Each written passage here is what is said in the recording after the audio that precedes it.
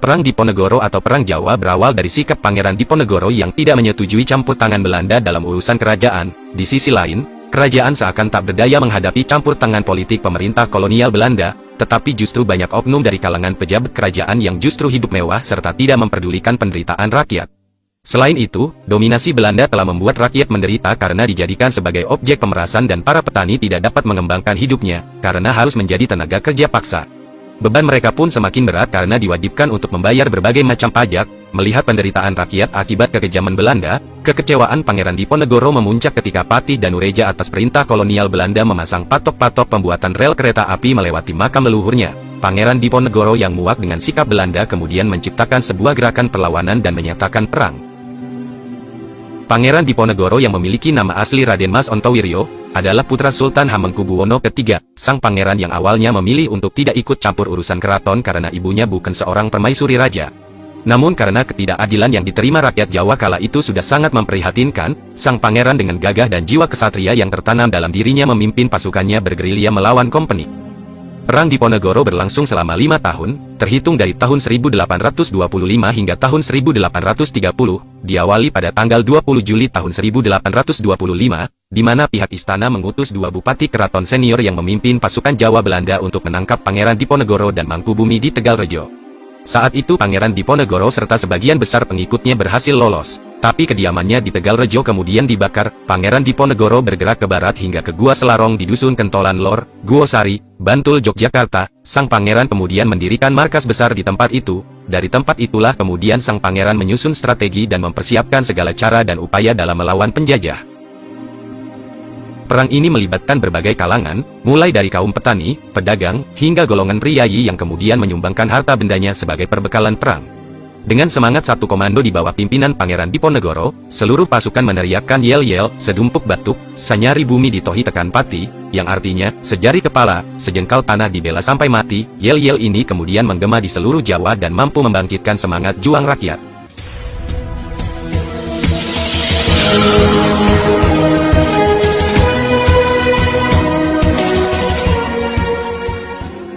Dalam perlawanannya atas penjajah, Pangeran Diponegoro didampingi oleh orang-orang kepercayaannya, diantaranya Pangeran Mangkubumi, yang merupakan paman dari Pangeran Diponegoro. Ali Basya Sentot Prawirodirjo sebagai Panglima Muda, dan Kiai Mojo beserta murid-muridnya. Pangeran Diponegoro memerintahkan seluruh pasukannya untuk terus bergerak menuju Keraton Yogyakarta. Dan dalam waktu 3 minggu setelah penyerbuan Belanda di Tegalrejo, pasukan Diponegoro sudah dapat melakukan penyerangan di berbagai wilayah dan berhasil menduduki Keraton Yogyakarta. Keberhasilan ini kemudian disusul dengan kemenangan di beberapa daerah pada tahun-tahun awal berkobarnya Perang Diponegoro. Pergerakan pun meluas ke daerah Banyumas, Kedu, Pekalongan, Semarang, dan Rembang, kemudian ke arah timur mencapai Madiun, Magetan, Kediri, dan sekitarnya. Meluasnya gerakan perlawanan yang dicetuskan Pangeran Diponegoro disebut mampu menggerakkan kekuatan di seluruh Jawa. Strategi perang gerilya yang diterapkan Pangeran Diponegoro ternyata mampu memporak-porandakan Belanda. Pada puncak peperangan di tahun 1827, Belanda mengerahkan lebih dari 23.000 orang serdadu yang menjadi sebuah hal yang belum pernah terjadi sebelumnya.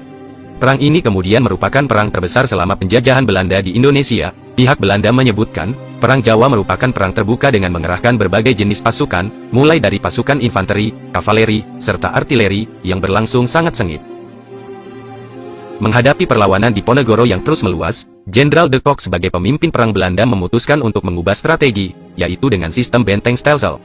Dengan strategi ini, perlawanan Diponegoro di berbagai tempat berhasil dilumpuhkan, hingga ruang gerak pasukan Pangeran Diponegoro menjadi semakin sempit, dan akhirnya pada tahun 1829, orang-orang kepercayaan sang pangeran yaitu Kiai Mojo ditangkap oleh Belanda, menyusul kemudian Pangeran Mangkubumi dan Ali Basya Sentot Prawirodirjo menyerahkan diri kepada Belanda.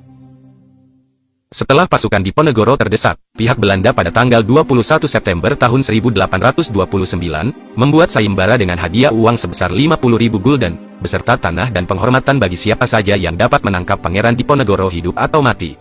Namun demikian tidak ada satupun rakyat yang tergiur dengan iming-iming pihak kompeni. Hal itu kemudian pada tanggal 16 Februari tahun 1830, pihak Belanda mengutus beberapa utusannya untuk berunding dengan Pangeran Diponegoro. Menyadari posisinya yang semakin lemah, akhirnya Pangeran Diponegoro setuju untuk bertemu dengan utusan Jenderal de Kock, yaitu Kolonel Jan Baptist Clearance. Pada tanggal 20 Februari tahun 1830, pertemuan antar kedua belah pihak tidak menghasilkan kesepakatan dan Pangeran Diponegoro menyatakan ingin bertemu langsung dengan Jenderal de Kock. Meskipun pertemuan dengan Jenderal de Kock telah terjadi beberapa kali, namun kata sepakat antara keduanya tak pernah terjadi. Kemudian pihak Belanda menyusupkan mata-mata di tengah pasukan kesatuan Diponegoro, yang kemudian melaporkan bahwa Pangeran Diponegoro tetap bersikeras untuk terus berjuang melawan Belanda.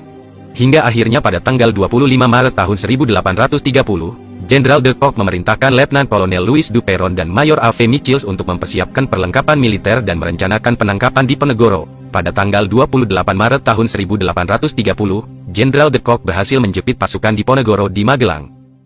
Pada posisi ini kemudian sang pangeran bersedia menyerahkan diri dengan syarat sisa anggota laskarnya dilepaskan. Setelah ditangkap di Magelang, Pangeran Diponegoro diasingkan ke gedung Karesidenan Semarang, lalu dibawa ke Batavia pada tanggal 5 April tahun 1830 dengan menggunakan kapal Pollux.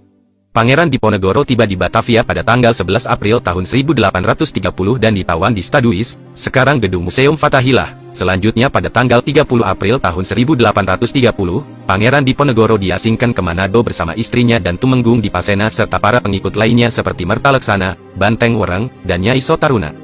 Mereka tiba di Manado pada tanggal 3 Mei tahun 1830 dan ditawan di Benteng Nio Amsterdam. Tahun 1834, Diponegoro dipindahkan ke Makassar hingga wafatnya di Benteng Rotterdam tanggal 8 Januari